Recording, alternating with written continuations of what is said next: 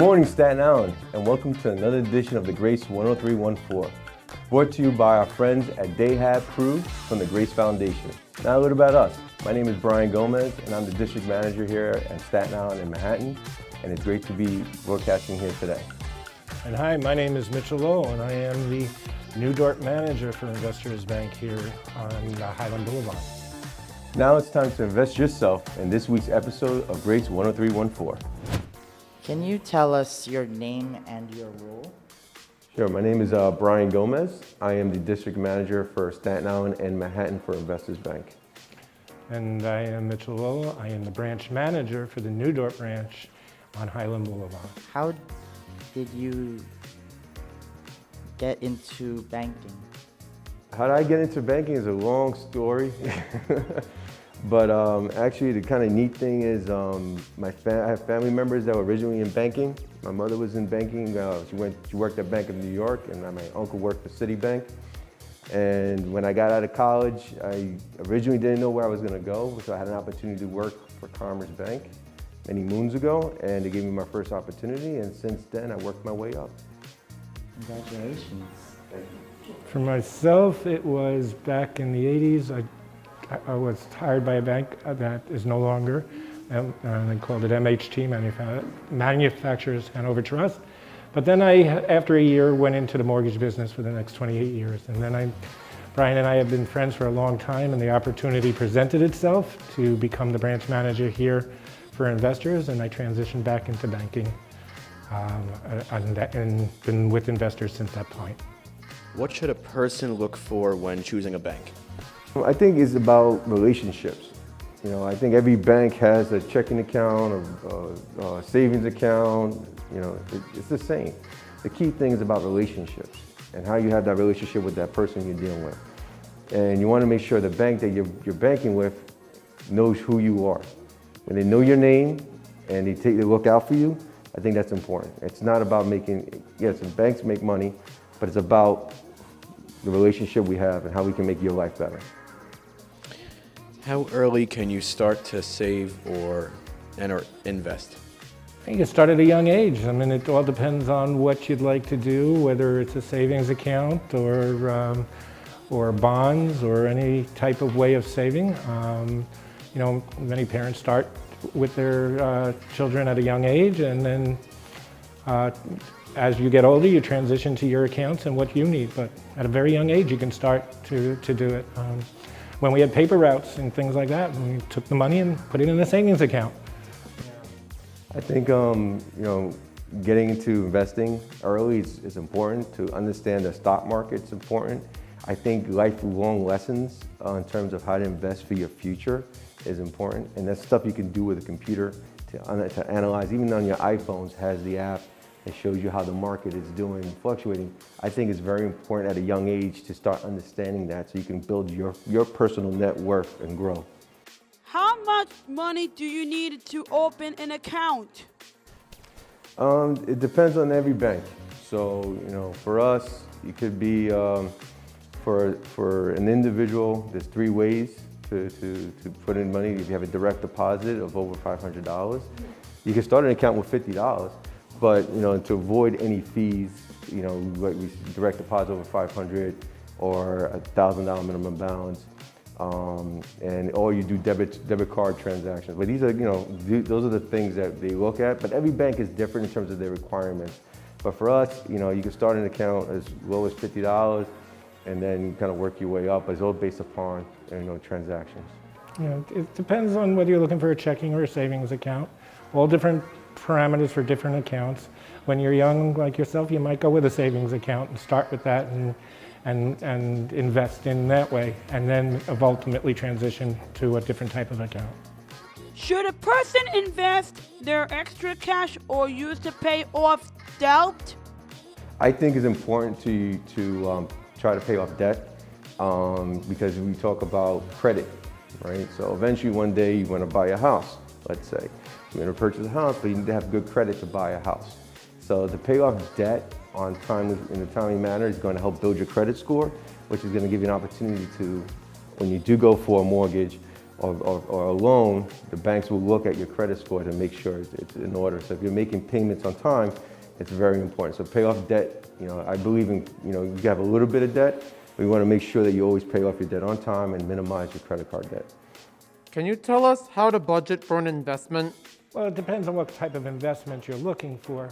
But what I do is I sit down one-on-one with each person and I go over their finances and I go over what their savings is and their debt is, and I come up with a plan on an individual basis because, let's face it, it's not the same for everybody. Everybody is different, everybody does things differently.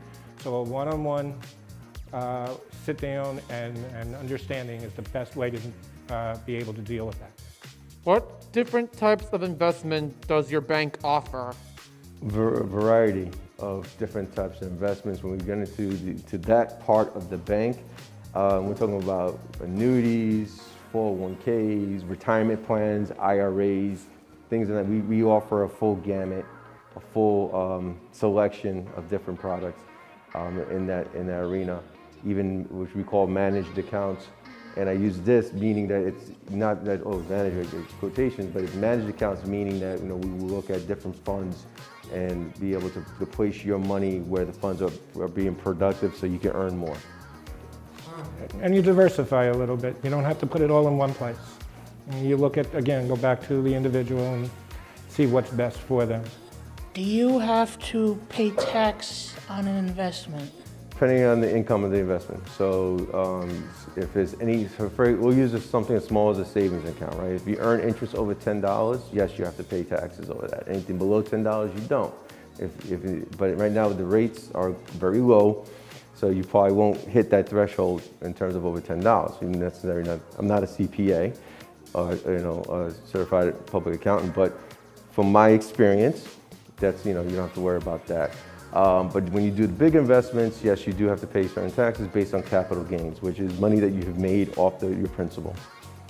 In your opinion, what is a good investment? That comes back to doing the one-on-one consultation, which is to know what the individual situation is. Not everything is the same for everybody, so it's very hard to just say that it's one straight answer. What might be good for you might not be good for the next person.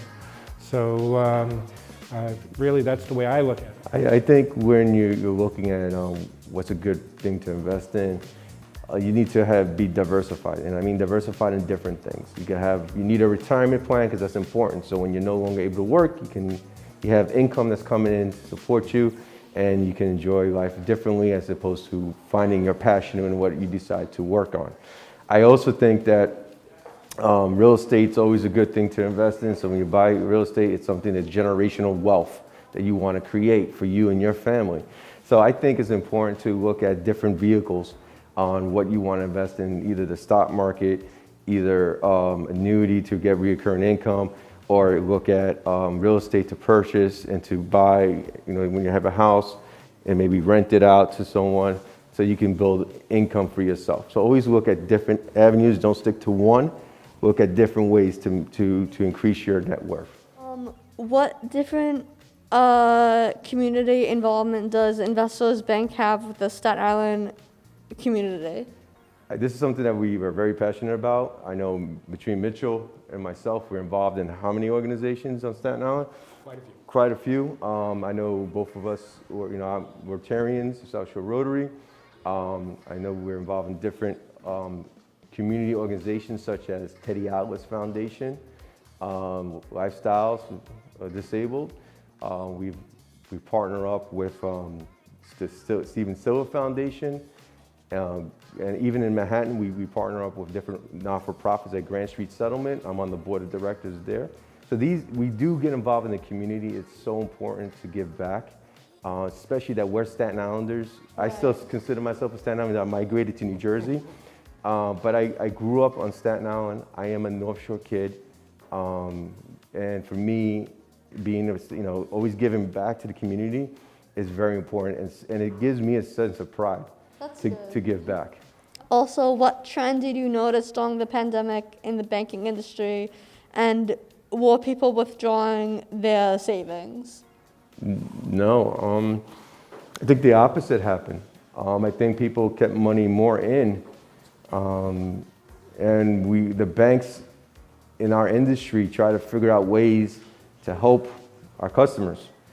I know from our bank, we try to figure out ways to help our clients to maybe, what they say, defer, meaning to push off, payments for a mortgage payment, so that families that were unemployed can try to give time to catch up when they're ready, when they're able to, when they start working again. I also think what brought this out in the last few years is how to be more on the do banking online. That has increased tremendous fold. How to put money in there, watch their money deposit, and do what's necessary. Today you can do a deposit with your check on your phone. So bringing out the mobile transactions or online transactions was an eye-opener to many people who were very resistant this time. Do you know the safe's PIN number? Being a district manager, I can't really disclose what I do know for security, to make sure that people are safe, to make sure I'm safe too.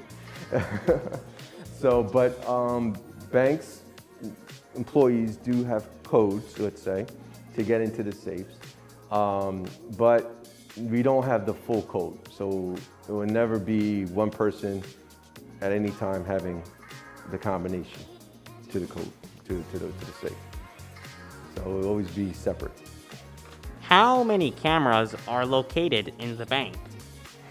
Seems like you guys are gonna get the heist going on. They're getting ready to do something. Who we gotta take out and how much money is? Okay, so. Kind of depends on the size of the branch. There are cameras that you can see and there's cameras you can't see. So we'll always know where you are in the bank, and that's the truth. So there's cameras that you clear daylight you can see, and there's cameras that you can't see. Some of the cameras are hidden. Yes, and you'll never know where they are. The reason, not even us, we don't even know. For making sure that we, as employees, do the right thing too. All right. Another question: how much money is in the safe? So, what time are you coming? And who do I need to call now? So, in a bank in general, I know there's this myth that we have this big money thing. It's not like the movies. But I could tell you a quick personal story. When I was first started in banking out of college, and I was just a customer service rep, and I was working in Manhattan in the city, I got a chance to sit, and growing up, I'm sure I didn't even have much, my family, but sitting in front of all the money, I was like, wow, this is a lot of money. But as you get older, you're like, this is nothing, right? So it's all relative, but we don't keep a lot of money in the safe for security reasons. But there is some, but to help our customers, to service our customers, but not a boatload like Fort Knox or something like that. All right? But it's kind of cool when you do see it though. Have you ever had to use the silent alarm? I've been lucky not to. I've been with this branch since its opening, and we have not had to use that. I think after this conversation that he's going to need it,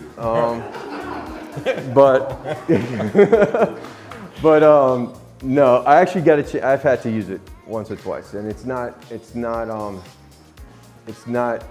little scary when you do need to use it.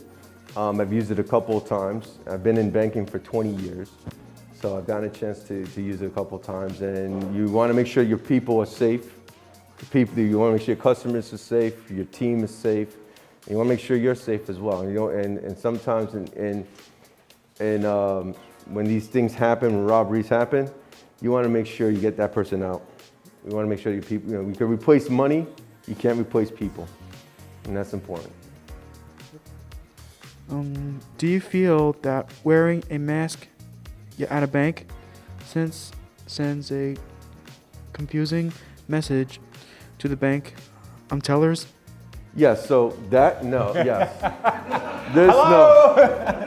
Bank robber, no bank right now. Yeah, so Not to the tellers. I think it's not anymore. right. Before pandemic, people come with a mask or sunglasses or a hat, become suspicious. Nowadays, people come in with a mask, and sometimes I come in when I'm off from work with a mask, a hat, and sunglasses. And I do look like I'm going to rob the bank. How are you involved in Groundhog Day? Well, it took place. I mean, we started 9 years ago. I've been doing Groundhog Day. It's been a lot of fun.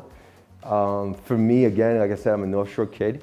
So when I was a little boy going to school, we used to take trips to the Staten Island Zoo. So the zoo looked exactly the same to me when I was a kid. Obviously, it had some different attractions. Now it's evolved. But I got really into it when I started working for Investors Bank, and when I had the opportunity to help support a local community organization like the zoo, and see how it impacts children's lives, it was a no-brainer for me. Because it's been an influence in my life in terms of everybody from Staten Island gets to go to the zoo and gets to experience that. So to be a part of that, I think is a lot of fun and very humbling for me, being a Staten Islander at heart. One of the greats, 10314, don't go away. All right, everyone, you saw the roundtable discussion with the participants. We do that every week, but we want to give you something a little bit different. Normally, we have our guest hosts come to the Grace Foundation. You see them on camera, you see them with the participants, but now we have our own little roundtable. We're going to start it off first with Vinny Bonomi from the Grace Foundation, a consultant. I'm going to ask the next question. I'm Todd Pavone from Gotham Trinity Productions, of course, proud board member of the Grace Foundation. Up third is the executive director from the Grace Foundation, Kathy Del Priori. Up fourth is Dan Ryan, who is the advertising director for the Staten Island Advance and SI Media Group. And then last will be Bobby Annenson, who is the member director for the SIEDC. For those keeping track, that's the Staten Island Economic Development Corporation. It's a mouthful. And of course, you recognize these faces, Mitchell and Brian Gomez joining us here for this special roundtable. Once again, guys, thank you so much for your time today. We appreciate your patience being here today. Excellent job today at Staten Island Groundhog. We're going to get to that in a second. But first, Vinny's going to kick us off with this roundtable. What do you got, Vin? So good morning. Thanks for joining us today. The guys asked great questions at the roundtable, so we're just going to touch a little bit. Two parts. Tell us a little bit about yourselves, what your interests are, what your hobbies are, and maybe a little fun fact that nobody really knows about yourself. For me, again, Brian Gomez from Investors Bank. A couple of things I like to do in my personal time is, one, I like to golf.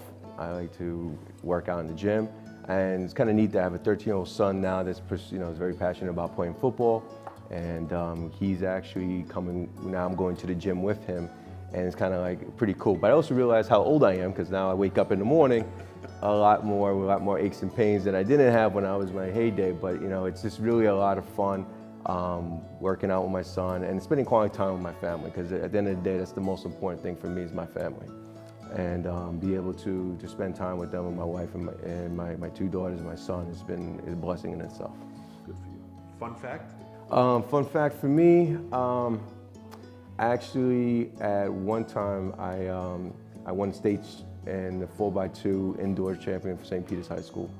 And so we won states, and we haven't won it in a long time, and it was the neat part about it was that that era.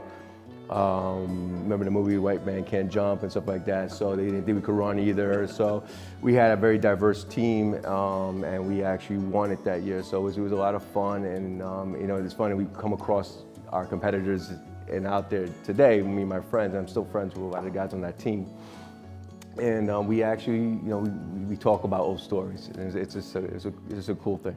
Family is for me. My kids are a bit older, 30 and 29.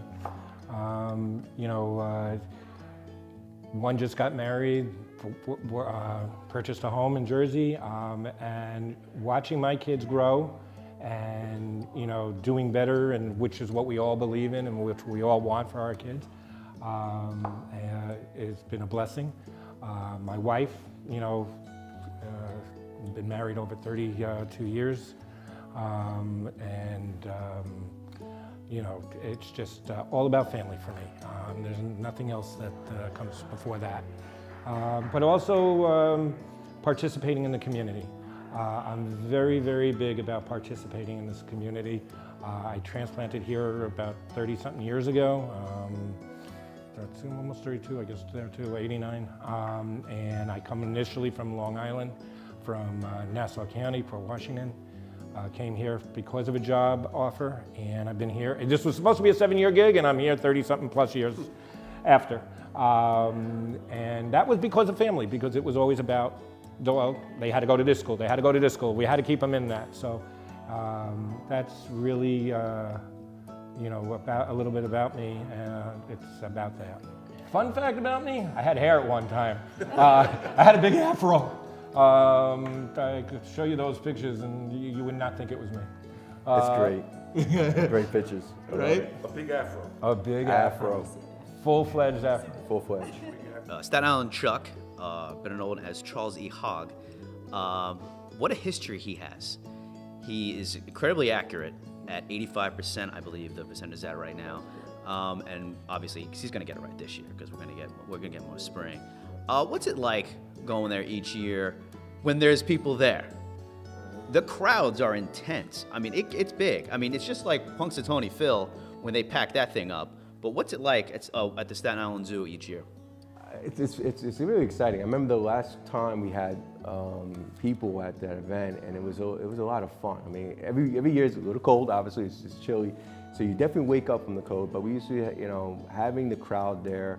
They kind of do cheer, chuckle along, which is really nice, and it is humbling because, again, as I mentioned earlier, being a kid, one that was looking from a classroom and now being on stage and being part of the community on Staten Island, giving back, for me is just it's priceless. I mean, for me, it's reflection, and I tell my kid, my son asked me this week, "Oh, Dad, you have to do Groundhog Day again?" I said, "Yes, I do," and then I'm excited about it, and I told him why, because he always asks me, "Why do you always do this?" Well, for that reason alone, is that I was that kid in class that saw it or was hearing about the Staten Island Zoo and then going to be on stage now and to do that, or to speak on behalf of our bank, to represent our bank, has been, it's just pretty neat.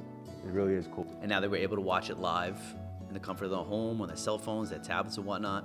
It's changed. I think hopefully when this pandemic calms down, I still believe eventually we'll get over that hump, and that we'll get people back together, and it'll be a lot more refreshing to see people. I think we need to be in public places. I think we yearn to have that camaraderie in the community, and it's just important. So doing it from my comfort zone home, it's been convenient, but it's nothing like getting up early in the morning and getting there and then seeing kind of like the magic that happens, the aura. I'm going to give it to you, Kathy, real quick.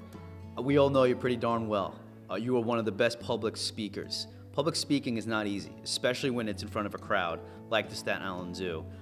For participants here or for anyone who is not about public speaking, one little tidbit from that arsenal that you have when it comes to speaking in front of a crowd or an audience. What is it about your presence in front of people? How do you get comfortable? What's a little piece of advice you would have specifically, Brian? My advice would be just be yourself.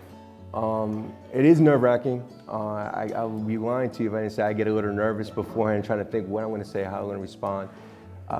I think individuals with a talent to it, but more importantly is just being yourself, being genuine, be concerned and be involved. If you're talking from your heart, it comes from a special place, and you'll achieve your goal, and you'll come across sincere, and that's what it really is. It's all about connections, and I think being able to do that, my advice to that person would be yourself, try to connect, and talk from the heart. Don't be so scripted. It's good to have bullet points because you want to hit your keynotes, but don't be too scripted, be yourself. I've known Brian for a while, and he's always very natural.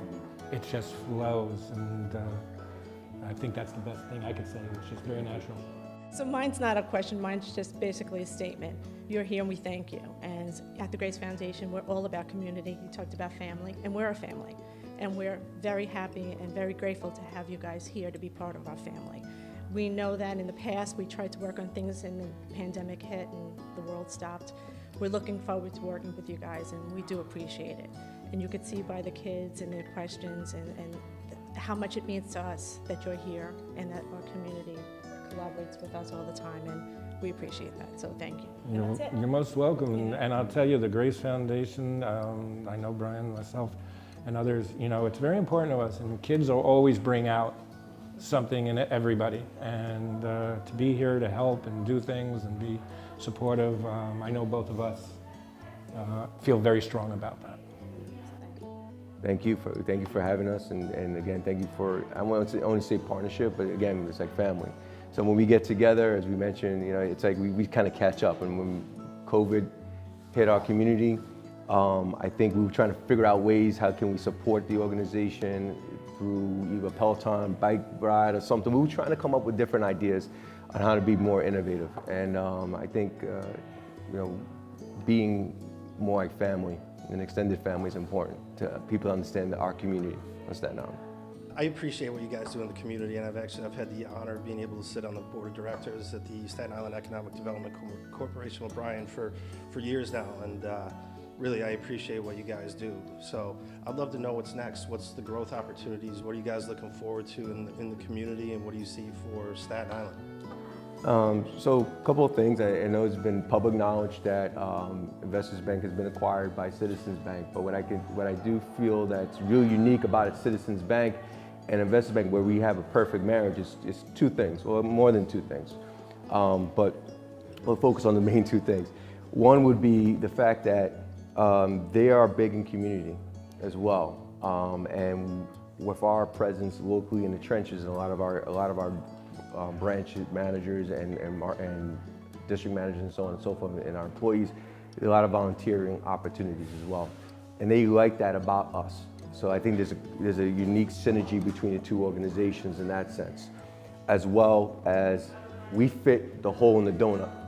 So they don't have that, they do not have that presence in the community in terms of branding, where we're going to fit that need. So what's neat about, and what they did state, is that good news is that with acquisitions, people get nervous with change. We've been all offered we all are going to be around for a very long time. They promised us employment going forward, and they understand the value of people in the community. In terms of growth in Staten Island, again, with our merger with Citizens Bank happening, where they're still opening new locations. We have one coming on Staten Island. Hopefully 6 months, I don't know, it's just up in the air, but it's still, we have it slated, it's in the plans, in the book, and everything's moving forward in that direction, and we're opening up another location in the city. So I think with the growth opportunity and the marriage between Investors Bank and Citizens, the future's bright. I'm excited to see how it all is going to pan out. And again, what I really do appreciate is that that gives me the opportunity to continue in my role, my functionality within the community, and as well as Mitchell. And we're looking forward to this marriage that they created. So I've been part of acquisitions in the past, either being acquired or acquiring, and I always believe the individual that's able to adapt to change the fastest is the most successful. So with the change, I embrace, and I'm sure my team and Mitch embraces the change, and we're looking forward to it. Thanks to the Grace Foundation for having me here today. Thanks to Brian and Mitchell, obviously. So a big part of this conversation today has obviously been about the community. So I'd like to just ask you a few questions about the next steps in the community. Is there anything going on that Investors is going to be doing within the community, or anything you can speak about in terms of the community? Recently, we have opened a post-COVID center at Richmond University Medical Center. Again, that's really huge in giving back to the community, especially servicing the North Shore of Staten Island. COVID has been such a debilitating virus that some people are not 100% after going through that process of that virus. And being able to help support Rumsey to have that facility open, I think is going to help thousands of people on Staten Island, especially servicing the North Shore that sometimes is underserved in that area. Other things that we're doing, we're still involved in so many different organizations coming down the pipeline, that organizations like the SIEDC, Chamber of Commerce, the local charity organizations, Siller and Teddy Alice and Grace. We're going to continue to be involved in any way we can, and what we've continued to do throughout the years. So I think those are the major things that we're seeing down the pipeline. And then as we continue our marriage with Citizens Bank, and I think you'll see us continue to identify new opportunities to help support organizations. Yeah, I mean, community-wise, I mean, I was the president of the South Shore Rotary the year of Sandy. And if anybody remembers Sandy, that was a huge year, 5 clubs coming together and not that no organization didn't do their part. Everybody came out and did their part. But that was something that you could see in the community of Staten Island, that everybody came out. And that was moving. And for me, children, you know, is another avenue that is always dear to my heart. And I don't stop trying to be part of things or help as much as I can. Being part of different organizations, different situations, whether it is a nonprofit or whether it is a community-based. Community-based work just as well as hand in hand. So we'll continue to do that. We'll continue to work with you know, all different facets of organizations, and I continue to look to ways constantly to be part of that. Yeah, and I think also, you know, with Rotary, you know, the turkey basket with the 5 Rotary clubs on Staten Island. I know the Rotary clubs in the past, we've been involved in going out to families in need to give, you know, turkeys and food for families before Thanksgiving. I think that's really important. That was an amazing one, because I was going in areas that you would say, why am I here? Why am I going to this house, you know? And then you realize why you're going to that house, you know, because you just don't know about the situation at that time. What is that person going through? So, you know, you never, it's the old story, don't judge the book by the cover, you know, type situation, because you don't know the help that somebody needs, and that's just as important. Yeah, and I think also being involved with the local churches. I mean, we're involved with St. Philip's Church in Port Richmond, and the work that, you know, Pastor Baker does out there. We try to support a lot of their programming and with their band and so on and so forth. So we're not just limited to one area of Staten Island, we're everywhere. And I think it's very important to understand that, you know, we're here to, like, it's funny because we're talking more about more community than anything, but I think actions speak for themselves. And I think it's the individual's part of that organization that really helps propel it, and then the organization supporting our passions behind the scenes is really neat to do. And that's another episode. Thank you for joining us with another episode of 10314 Dayhab Crew. And thank you to the Grace Foundation. My name is Mitchell Lowell with Investors Bank as the branch manager there in the New Dorp section. My name is Brian Gomez, District Manager for Investors Bank. Thank you for tuning in. We'll see you next time.